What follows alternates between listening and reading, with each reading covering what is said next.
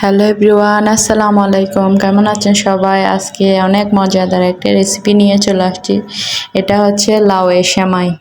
তো ফার্স্টে একটা কচি থেকে লাউ নিচ্ছি। লাউটা এভাবে আমি কাটার দিয়ে ভালো করে লাউয়ের খোসাটা ছাড়িয়ে নিছি।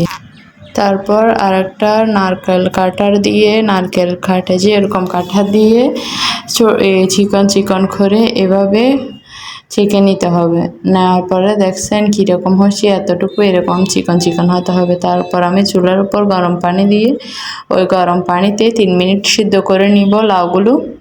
সিদ্ধ করা হয়ে গেলে এদিকে পাশে আমি একটা ডেকচিতে কি দিলাম, দুধ দিছি।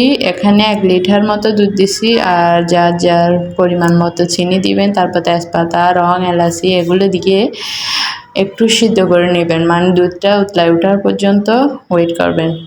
তারপরে এদিকে লাউটা হয়ে গেছে আমার। এটা ভালো করে ছাঁকনি দিয়ে কলের পানি দিয়ে ভালো করে পরিষ্কার করে ধুয়ে নিচ্ছি। ধোয়ার পরে এটা একটু চিবে পানিটা ফেলে দিয়ে তারপর সরাসরি দুধের মধ্যে দিয়ে ফেলবেন।